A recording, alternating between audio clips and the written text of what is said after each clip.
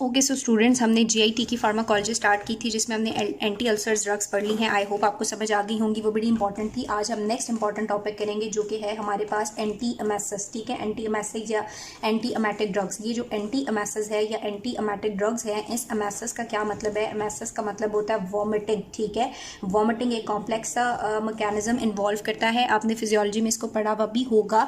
Vomiting basically क्यों होती है? बहुत सारे पेशेंट को मोशन सिकनेस की वजह से वॉमिटिंग है, यानी जब वो ट्रैवल करते हैं और स्पेशली ऐसा सफ़र करते हैं जिसमें बहुत ज़्यादा मोड़ आते हैं और यूँ आपका बैलेंस के थ्रू वेस्टिब्युलर पाथवे के थ्रू सिग्नल्स जाते हैं और एक कीमो रिसेप्टर एरिया होता है आपके ब्रेन के अंदर जिसको हम सीटीजी एरिया भी कहते हैं, कीमो ट्रिगर जोन, वो एक्टिवेट होता है और वॉमिटिंग स्टार्ट हो जाती है। सो मोशन सिकनेस एसोसिएटेड वॉमिटिंग होती है।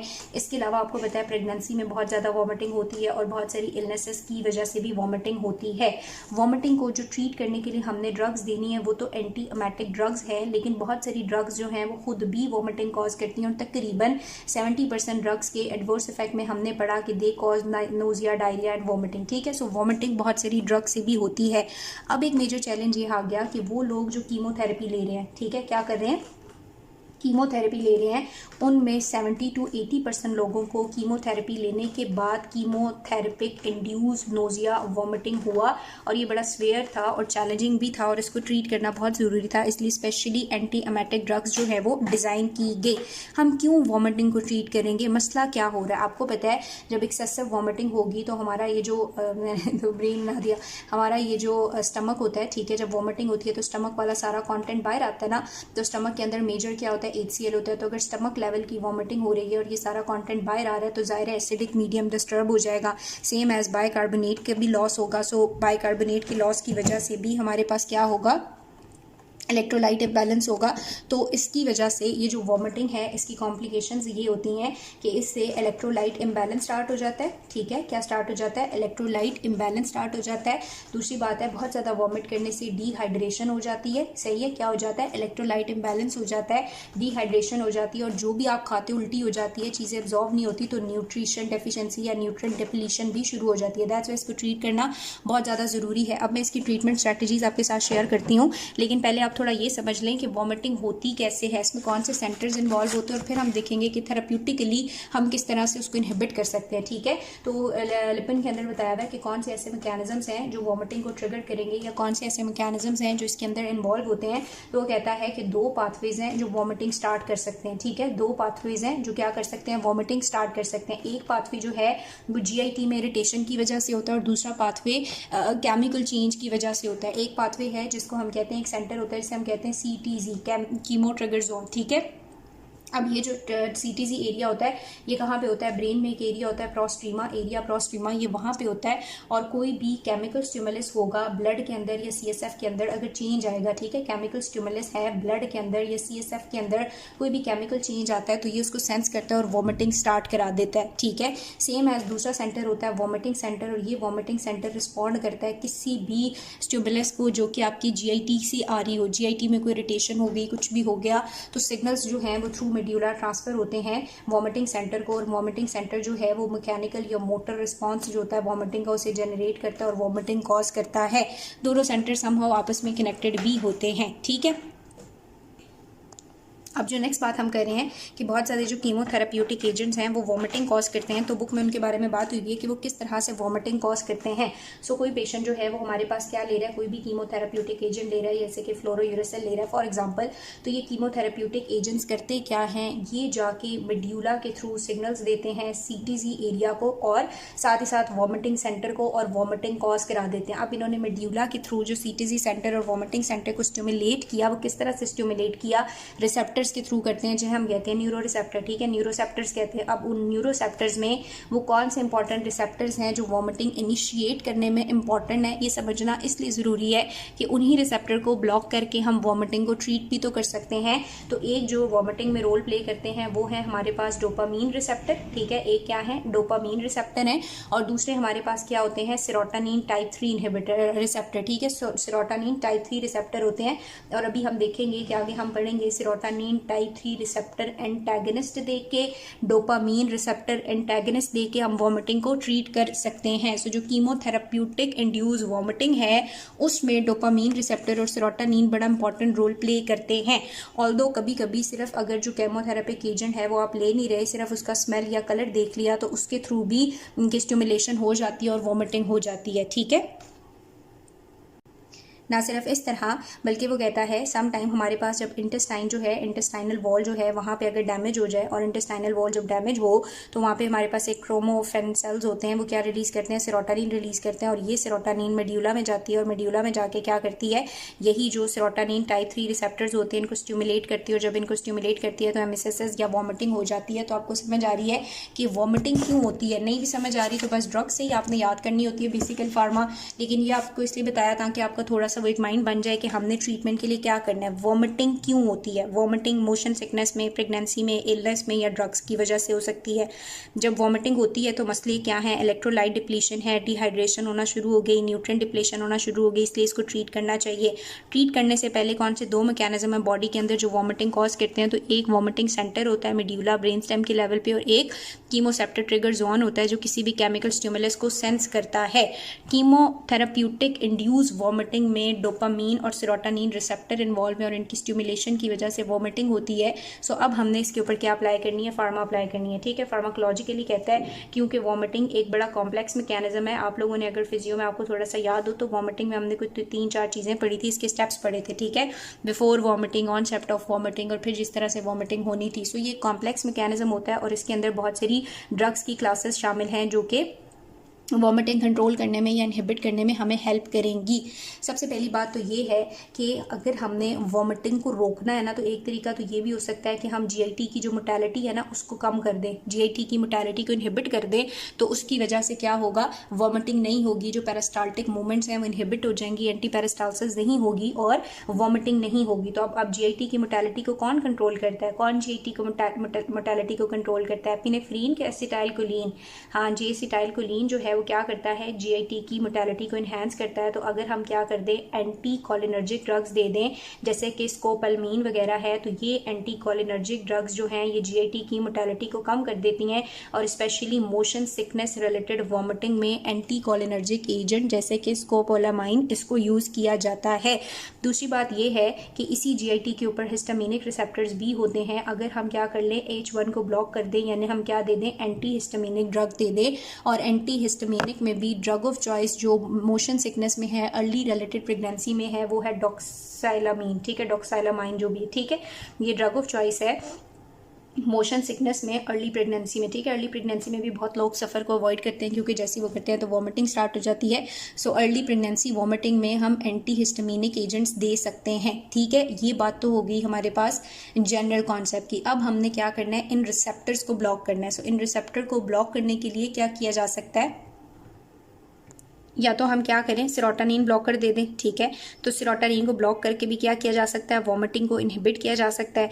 या हम डोपामीन को ब्लॉक कर दें, इसको ब्लॉक करके भी हम क्या कर सकते हैं, वॉमिटिंग को इनहिबिट कर सकते हैं। तो एंटी कोलिनर्जिक भी हो गई, एंटी हिस्टामिनिक भी हो गई। थर्ड पे हम क्या यूज़ कर सकते हैं, एंटी सेरोटोनर्जिक एजेंट, यानी कि हमने क्या करना है, आगे जाके देखेंगे कि सेरोटोनिन ब्लॉकर्स जो है वो यूज़ करने हैं। और सेरोटोनिन ब्लॉकर्स आपको क्या कर सकते हैं, वॉमिटिंग को इनहिबिट करने में हेल्प करते हैं। ठीक है, जो सेरोटोनिन ब्लॉकर्स हैं अभी आगे जाके पढ़ेंगे कि इसके अंदर कौन सी ड्रग्स आती हैं। नेक्स्ट बात हमारे पास ये है कि हम क्या कर सकते हैं, डोपामीन रिसेप्टर्स को अगर ब्लॉक कर दें तो भी हम वॉमिटिंग को समहाउ कंट्रोल कर सकते हैं, लेकिन ये माइल्ड टू मॉडरेट वॉमिटिंग के लिए होता है। अब इसके अंदर जो बुक के अंदर 3 ग्रुप्स बताए हुए हैं वो आती हैं। एक तो आप इसके लिए फिनोथायाजीन्स दे सकते हो। ठीक है, क्या दे सकते हो, फिनोथायाजीन्स दे सकते हो। दूसरा आप इसमें सब्स्टिट्यूटेड बेंजोमाइड्स दे सकते हो। क्या दे सकते हो, सब्स्टिट्यूटेड बेंजोमाइड। ठीक है, PBB होगा। ठीक है, थर्ड में हम इसके लिए क्या दे सकते हैं, ब्यूट्रिनोफिनॉन्स।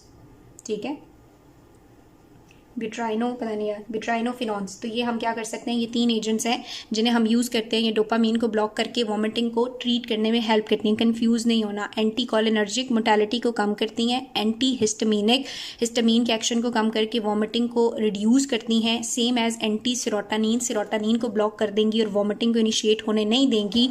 और एंटी डोपामिनिक जो डोपामिनिक रिसेप्टर्स को ब्लॉक कर देंगी, जिसमें क्या आता है, फिनोथायाजीन आता है, सब्स्टिट्यूटेड बेंजामाइड्स आता है, जिसमें हमारे पास आगे हम देखेंगे मीटोक्लोप्रोमाइड आती है, जबकि हमारे पास नेक्स्ट क्या आ सकता है ब्यूटाइरोफिनॉन जिसके अंदर ड्रोपेरिडोल और हेलोपेरिडोल आ रहा है।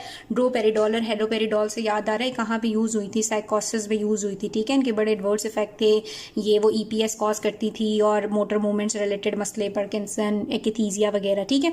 बहरहाल यहाँ पे छोड़ दो। उसके अलावा हमारे पास कुछ अदर चॉइसेस भी हैं। कुछ अदर चॉइसेस में हम बेंजोडाइजेपिन यूज़ कर सकते हैं और बेंजोडाइजेपिन गाबा को बढ़ा के ब्रेन के अंदर इनहिबिशन बढ़ा के CTG और कीमो ये जो एरिया है और वॉमिटिंग सेंटर है उसको इनहिबिट कर सकता है। सेम एज वो कहता है कॉर्टिकोस्टेरॉइड को भी यूज़ कर सकते हैं। कॉर्टिकोस्टेरॉइड का तो हमें मैकेनिज्म नहीं पता कि क्यों ये वॉमिटिंग को इनहिबिट करती हैं, लेकिन ये करती हैं। और इम्पॉर्टेंट है हमारे पास सब्सटेंस P को हम इनहिबिट करते हैं। सब्सटेंस P जो है ये एक्टिवेट करता है न्यूरोकाइनिन चैनल रिसेप्टर्स को, और न्यूरोकाइनिन जो है वो वॉमिटिंग कॉज करते हैं। तो अगर हम उसको भी इनहिबिट कर दें तो बस ये समझ आ गया ना यार, आगे तो कुछ है ही नहीं। तो आपको समझ आ गया कि वॉमिटिंग को ट्रीट करने के लिए क्या क्या यूज़ किया जाता है। एंटी कॉलिनर्जिक यूज़ की जाती हैं, एंटी हिस्टामिनिक होती हैं, एंटी सेरोटोनिन है, डोपामीन है। ये तो 4 न्यूरो रिसेप्टर पे हो गया। सब्सटेंस P इनहिबिटर B जो है वो न्यूरोकाइनिन को ब्लॉक करते हैं, ठीक है, सब्सटेंस P इनहिबिटर। उसके अलावा बेंजोडाइजेपिन और कॉर्टिकोस्टेरॉइड तो हमें पहले से पता है। तो ये वाली ड्रग्स हैं जिन्हें यूज़ करके हमने क्या करना है, वॉमिटिंग को ट्रीट करना है। सो बिस्मिल्लाह करते हैं। और पहली जो हमारी चॉइस है एंटी कॉलिनर्जिक और एंटी हिस्टामिन को तो हम डिस्कस नहीं करेंगे। जो हमारी पहली ड्रग है कि हमने क्या करना है 5-HT3 को ब्लॉक करना है, यानी जो सेरोटोनिन है उसको ब्लॉक करना है, क्योंकि सेरोटोनिन जो है वो बड़ा इंपॉर्टेंट है वॉमिटिंग को इनिशिएट करने में।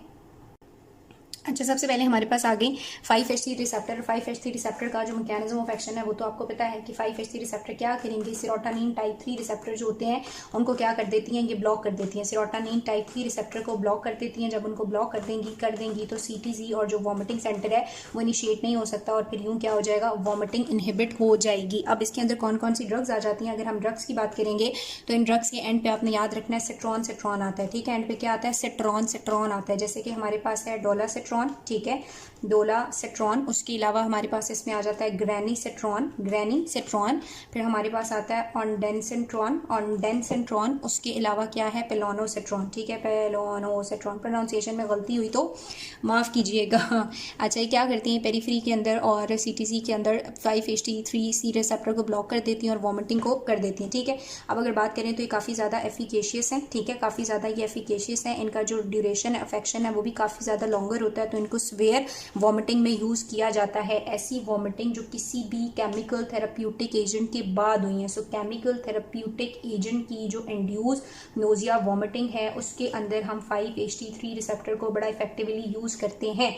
उसके अलावा हमारे पास स्वेयर वॉमिटिंग हो रही है तो उसमें भी यूज़ करते हैं। और अगर पोस्ट ऑपरेटिव वॉमिटिंग है, यानी कोई ऑपरेशन, ये बड़ी कॉमन सिम्टम है कि ऑपरेशन के बाद डायरिया वॉमिटिंग शुरू हो जाती है।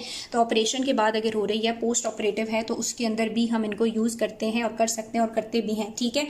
अब अगर इसके फार्माकोकिनेटिक फीचर्स की बात करेंगे तो फार्माकोकिनेटिक फीचर्स में कोई इतनी इंपॉर्टेंट बात उन्होंने नहीं की हुई। कहता है कि सिंगल डोज के ऊपर देते हैं, ओरली भी दे सकते हैं और इंट्रावीनियसली भी दे सकते हैं। और ये हमने कब देनी है कि जो कैमो हमने करनी है ना किसी पेशेंट की, या कीमो करनी है, कीमोथेराप्यूटिक एजेंट देना है, तो उससे पहले बिफोर कीमोथेराप्यूटिक एजेंट देनी है। ये बात आपने याद रखनी है, क्योंकि आगे एक ऐसी ड्रग है जो कीमोथेराप्यूटिक एजेंट के बाद हमने देनी है। उसके बाद इसका वॉल्यूम ऑफ डिस्ट्रीब्यूशन भी ठीक होता है। इसका जो मेटाबॉलिज्म है वो लिवर के अंदर हो रहा होता है और एक्सक्रीशन इसकी यूरिन के अंदर हो जाती है। एडवर्स इफेक्ट इसका ये है कि QT प्रोलॉन्गेशन करता है। सो आपने कोई हार्ट रिलेटेड इश्यूज है पेशेंट को तो उसमें ये अवॉइड करनी है, ठीक है। उसके अलावा वो कहता है कि जो ग्रेनीसेट्रॉन है और ऑनडेंडोसेट्रॉन है ये 50 to 60% उन लोगों में दी जाती हैं जिन्हें सिस्प्लेटिन के बाद वॉमिटिंग है। सिस्प्लेटिन जो है ये कीमोथेराप्यूटिक एजेंट है और इसके बाद तो वॉमिटिंग ज़रूर होती है, ठीक है। तो सिस्प्लेटिन इंड्यूस वॉमिटिंग में ग्रेविसेट्रॉन और ये जो ऑनडेनसेट्रॉन है इसको यूज़ किया जाता है 50 to 60% पेशेंट्स में। ये बड़ी इफेक्टिव साबित हुई। उसके अलावा ये जो ऑनडेनसेट्रॉन है इसमें डोज एडजस्टमेंट चाहिए। अगर लिवर इम्पेयरमेंट है तो इसमें डोज एडजस्टमेंट की ज़रूरत हमें होती है। तो ये कुछ बातें उन्होंने सेरोटोनिन रिसेप्टर एंटागनिस्ट के लिहाज से की हुई हैं। रिसेप्टर को ब्लॉक करने के लिए कौन सी ड्रग है, डोलासेट्रॉन है, ग्रेनीसेट्रॉन है, ऑनडेनसेट्रॉन है और पेलोनोसेट्रॉन है, ठीक है। इनकी एफिकेसी हाई है, लॉन्गर ड्यूरेशन ऑफ एक्शन है। सिस्प्लेटिन इंड्यूस वॉमिटिंग में कोई और अदर कीमोथेरापेटिक एजेंट की वजह से हुई है वॉमिटिंग, उसमें यूज़ कर सकते हैं। स्वेयर वॉमिटिंग में पोस्ट ऑपरेटिवली यूज़ करते हैं। और फार्माकोकिनेटिक फीचर में कोई इतनी इंपॉर्टेंट बात हमारे पास नहीं थी, ठीक है। तो पहली वाली जो चीज़ थी कि सेरोटोनिन ब्लॉकर यूज़ करेंगे वो हो गई। अब हमारे पास दूसरी बात आती है कि हम क्या कर सकते हैं, डोपामीन एंटागनिस्ट भी दे सकते हैं, ठीक है। और जैसे मैंने बताया कि डोपामीन एंटागनिस्ट फर्दर आगे हमारे पास 3 तरह के हैं, या तो हम क्या देंगे, अच्छा हमारे पास जो डोपामीन एगनिस्ट है वो भी फर्दर कितनी तरह के हैं, 3 तरह के। या तो हमारे पास आ जाएंगी फिनोथायाजोल्स, या फिर हमारे पास बेंजामाइड्स आएंगी, या बिट्रोनोफिनॉन्स आएंगे, ठीक है। तो फिनोथायाजाइंस के बारे में, थायाजाइंस के बारे में पहले बात करते हैं कि ये क्या है। सो फिनोथायाजाइंस जो है, फिनोथायाजाइंस,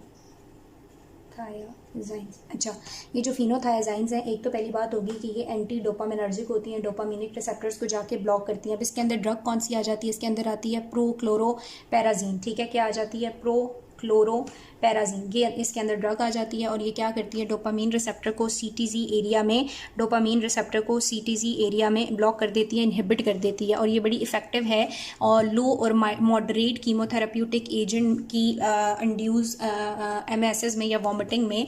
और दूसरी बात है कि जैसे जैसे हम इसकी डोज बढ़ाते जाते हैं वैसे वैसे इसका जो एंटी एमेटिक इफेक्ट है वो बढ़ता जाता है, और एडवर्स इफेक्ट कोई इसके इतने ज़्यादा इंपॉर्टेंट नहीं है, डोज रिलेटेड होते हैं। अगर आपने डोज बहुत ही ज़्यादा बढ़ा दी है तो डोज रिलेटेड सम एडवर्स इफेक्ट आ सकते हैं। सो फिनोथायाजाइन में एंटी डोपामिनर्जिक ड्रग आती हैं, जैसे कि प्रोक्लोरोप्रोमाजीन, जो कि डोपामिनिक रिसेप्टर को सीटीजी एरिया में ब्लॉक करेगी। Mild to moderate chemotherapeutic agent induced vomiting में हम इसको यूज कर सकते हैं। सेकेंड नंबर पे हमारे पास कौन सी आ जाती है, सब्सटीट्यूटेड, अच्छा सेकेंड नंबर पे हमारे पास आ जाती हैं सब्सटीट्यूटेड बेंजामाइड्स, ठीक है। जो दूसरी एजेंट यूज़ किया जा सकता है डोपामीन में, वो हमारे पास क्या है, सब्सटीट्यूटेड बेंजामाइड्स। तो वही हम देखेंगे कि जो सब्सटीट्यूटेड है बेंजामाइड है, मैकेनिज्म ऑफ एक्शन तो समझने की ज़रूरत ही नहीं है, हमें पता चल गया कि डोपामीन को ब्लॉक करेगा और हेल्प करेगा, ठीक है। और दूसरी बात कहता है सब्सटीट्यूटेड बेंजामाइड में जो ड्रग आ जाती है वो है हमारे पास मीटोक्लोप्रामाइड, ठीक है। कौन सी ड्रग है, मीटोक्लोप्रामाइड। ये जो मीटोक्लोप्रामाइड है ये सिर्फ तब एफिकेशियस है जब आप इसको बहुत ज़्यादा हाई डोजिंग में दोगे, ठीक है। इसकी तो हाई डोजिंग रिक्वायर्ड होती है। उसके अलावा 30 to 40% पेशेंट्स के अंदर इसने एमएसएस को या वॉमिटिंग को प्रिवेंट किया है। मैकेनिज्म ऑफ एक्शन की अगर बात करूंगी तो वो सेम है, आप लोगों को भी समझ आ चुकी है कि क्या करता है, इनहिबिट कर देता है डोपामीन रिसेप्टर को सीटीजी एरिया में और वॉमिटिंग को इनिशिएट होने नहीं देता, ठीक है। उसके बाद अगर ये बहुत ज़्यादा एक्सेसिवली हमने यूज़ कर लिया है तो एडवर्स इफेक्ट इसके क्या आएंगे, एंटी डोपामिनर्जिक एडवर्स इफेक्ट आएंगे। और एंटी डोपामिनर्जिक एडवर्स इफेक्ट जब डोपामीन के लेवल्स बहुत ज़्यादा कम हो जाएंगे तो हमने कहा था क्या हो जाता है, ईपीएस हो जाता है, ठीक है। ईपीएस के अंदर कौन कौन सी चीज़ें थी, पार्किंसंस थी, एक्किथीसिया था, रिजिडिटी थी, ट्रेमर्स थे, वो चीज़ें हो जाती हैं। लेकिन ये जो ईपीएस है ये डोज लिमिटेड इफेक्ट है, अगर आपने dose with in limit use की हुई है तो ये एडवर्स इफेक्ट नहीं आएगा। उसके अलावा इसका एक इंपॉर्टेंट यूज़ है कि गैस्ट्रोपरेसिस में भी हम इसको यूज़ कर सकते हैं क्योंकि जीआईटी की मोटालिटी को इन्हेंस करता है। सो गैस्ट्रोपरेसिस में इसको यूज़ किया जा सकता है। डोपामीन एंटागनिस्ट फिनोथायाजीन्स हैं जिसमें प्रोक्लोरोप्रोमाजीन है जो डोपामीन को ब्लॉक करेगा, माइल्ड टू मॉडरेट वॉमिटिंग में यूज़ होता है। सब्सटीट्यूटेड जो है वो हमारे पास हैं बेंजामाइड जिनमें मेटोक्लोप्रोमाइड आता है। ये इफेक्टिव सिर्फ तब है जब आप इसको बहुत हाई डोजेस में देते हो। तीसरी क्लास जो डोपामिनर्जिक एजेंट के अंदर हमारे पास आई हुई है वो है ब्यूटायरोफिनॉन, ठीक है। वो क्या है, ब्यूटायरोफिनॉन है। और ये जो ब्यूटायरोफिनॉन है इसके अंदर कौन सी ड्रग्स आ जाती हैं, ड्रोपेरिडोल और हेलीडोल, ठीक है। डोपेरिडोल और हेलोपेरिडोल, डोपेरिडोल हेलोपेरिडोल जो हैं ये फर्स्ट जनरेशन एंटीसाइकोटिक ड्रग्स भी हैं और ये भी क्या करती हैं, इनहिबिट करती हैं डोपामीन रिसेप्टर को। मॉडरेटली इफेक्टिव है, इतनी ज़्यादा नहीं है। अगर हम बात करें इनके एक्शन की तो इनका जो मेजर एक्शन है वो सेडेशन कॉज करना है, ठीक है। ये सेडेटिव है, एंग्जियोलाइटिक है, इनका मेजर एक्शन वो है, ठीक है। उसके अलावा एंडोस्कोपी या सर्जरी से पहले हम ये पेशेंट को दे देते हैं और इनका एडवर्स इफेक्ट ये है कि क्यूटी प्रोलॉन्गेशन को बहुत ज़्यादा प्रोलॉन्ग कर देती हैं और adverse anti rhythmic effect cause करती हैं। सो आपने पेशेंट को सिर्फ ये तब देनी है जब बाकी किसी एंटीएमेटिक ड्रग को वो रिस्पॉन्ड ना कर रहा हो, वरना आपने नहीं देनी, ठीक है। तो ये हमने किसकी बात कर ली, एंटी सेरोटोनिन की भी बात कर ली और एंटी डोपामीन के अंदर भी हमने बात कर ली जिसमें हमारे पास फिनोथायाजीन आया, सब्सटीट्यूटेड बेंजामाइड्स आ गया और तीसरा ब्यूटायरोफिनॉन आ गया, ठीक है। अब थर्ड ड्रग जो है हमने कहा कुछ अदर एजेंट्स भी थे जिसमें हमारे पास क्या है, बेंजोडाइजेपीन्स है। और बेंजोडाइजेपीन तो मुझे पढ़ाने की जरूरत नहीं है ना। बेंजोडाइजेपीन किस तरह से गाबा के लेवल्स को बढ़ाते हैं और ब्रेन के अंदर इनहिबिशन बढ़ाते हैं और इनको जो है वो हम यूज़ कर सकते हैं सम हाउ वॉमिटिंग के लिए। क्लियर नहीं है कि क्यों यूज़ करते हैं लेकिन यूज़ कर सकते हैं और इनका जो एफिकेसी है वो थोड़ी लो ही होती है। ये सिडेटिव है, एमनेस्टिक है, एंजियोलाइटिक प्रॉपर्टीज़ हैं इनकी, ठीक है। उसके अलावा वो कहता है कॉर्टिकोस्टेरॉइड का भी मैकेनिज्म ऑफ एक्शन हमें नहीं पता लेकिन इनकी इफेक्टिवनेस वॉमिटिंग में मिली है जैसे कि डेक्सामेथासोन है या मिथाइल प्रेडनिनोसोलॉन है, ठीक है। डेक्सामेथासोन वगैरह जो है इनको यूज़ किया जाता है वॉमिटिंग में, मैकेनिज्म हमें इनका नहीं पता। उसके बाद मैंने आपको कहा था इंपॉर्टेंट एजेंट है एंड पे, जिसको हम कहते हैं सब्सटेंस पी इनहिबिटर। ठीक है, सब्सटेंस पी रिक्वायर्ड होता है न्यूरोकाइनिन को स्टिमुलेट करने के लिए, और न्यूरोकाइनिन आगे सीटीसी को स्टिमुलेट करके वॉमिटिंग कॉज करती हैं। तो अगर हम क्या कर लें कि ये जो सब्सटेंस पी है या जो सब्सटेंस पी ने जाके न्यूरोकाइनिन को स्टिमुलेट करना है तो उसको इनहिबिटर दे दें, तो हम सीटीसी एरिया की स्टिमुलेशन को प्रिवेंट कर सकते हैं और यूँ वॉमिटिंग को प्रिवेंट किया जा सकता है। ठीक है, अब ये जो SPI है इसके अंदर कौन कौन सी ड्रग्स आ जाती हैं, तो इसके अंदर हमारे पास जो ड्रग्स आएंगी उनके एंड पे पीटेंट आता है। ठीक है, जैसे कि हमारे पास एप्रीपीटेंट हो गया, उसके अलावा हमारे पास नीटोपीटेंट हो गया, और देन हमारे पास क्या हो गया, रोलापीटेंट हो गया। ठीक है, एप्रीपीटेंट, नीटोपीटेंट, रोलापीटेंट, ये वाली जो ड्रग्स हैं ये टारगेट करती हैं न्यूरोकाइनिन को, जो कि रिसेप्टर है वॉमिटिंग सेंटर में, और ये उसको ब्लॉक कर देती है और सब्सटेंस पी की एक्टिवेशन नहीं होती। और दैट्स उसके बाद जो है आपको लिपिन के अंदर बताया हुआ है कि बेहतर है कि वॉमिटिंग के लिए आप ड्रग ना कॉम्बिनेशन में यूज़ करो। कॉम्बिनेशन में जब यूज़ की जाती हैं तो उनका जो बेनिफिट है वो ज़्यादा आता है। फॉर एग्जांपल हम कंबाइन करके यूज़ कर सकते हैं किसको,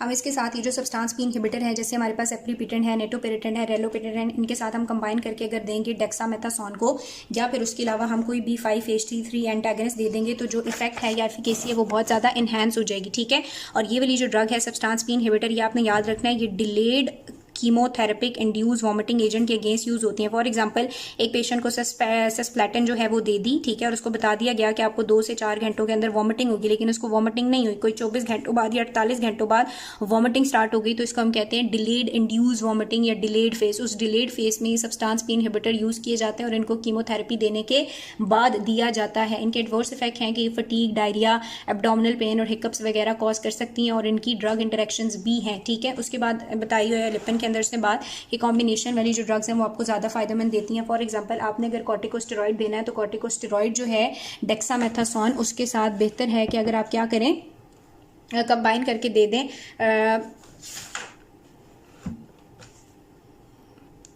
डेक्सामेथासोन जो कि कॉर्टिकोस्टेरॉइड है, अगर आप उसको कंबाइन करके देंगे किसके साथ, 5-HT3 एंटागनिस्ट के साथ, या फिर आप उसको कंबाइन कर देते हो SPI यानी कि सब्सटेंस पी इनहिबिटर के साथ, तो इफेक्टिवनेस ज़्यादा हो जाएगी। इसी तरह जो 5-HT3 इनहिबिटर है यानी सेरोटोनिन इनहिबिटर है, अगर आप उनको कंबाइन करते हो फिनोथायाजीन्स के साथ या बेंजोडाइजेपिन के साथ, तो इफेक्ट ज़्यादा आएंगे। सेम एज आप एंटीहिस्टामिन को कंबाइन करके दे सकते हो मीटोक्लोप्रोमाजीन से। ठीक है, मीटोक्लोप्रोमाजीन वगैरह से।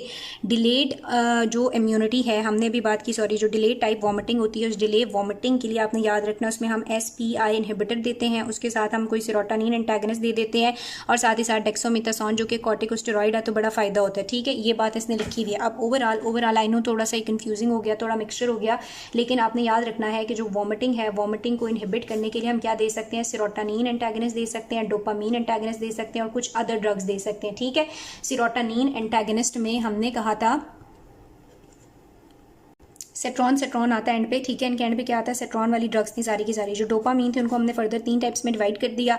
वो 3 टाइप्स जो हैं वो हमारे पास कौन सी थी, एक इसके अंदर हमारे पास आगे फिनोथायाजीन, एक सब्सटीट्यूटेड बेंजामाइड्स आ गए, और देन हमारे पास ब्यूटायरोफिनॉन्स आ गए। ठीक है, उसके बाद हमने कहा कुछ अदर में हम एंटीकोलिनर्जिक भी दे सकते हैं, एंटीहिस्टामिनिक भी दे सकते हैं, उसके अलावा बेंजोडाइजेपिन भी दे सकते हैं, और हमारे पास जो है वो कॉर्टिकोस्टेरॉइड भी दे सकते हैं, और इंपॉर्टेंट जो है वो SPI दे सकते हैं, सब्सटेंस पी इनहिबिटर। और सब्सटेंस पी इनहिबिटर जो है ये डिलेड वॉमिटिंग के लिए दी जाती है। ठीक है, डिलेड वॉमिटिंग जो कि काफ़ी टाइम के बाद हुई। तो ये बस टोटल जो है वो हमारे पास एंटी एमेटिक ड्रग्स हैं। कोई कंफ्यूजन हो तो आप मुझसे पूछ लेना। ठीक है।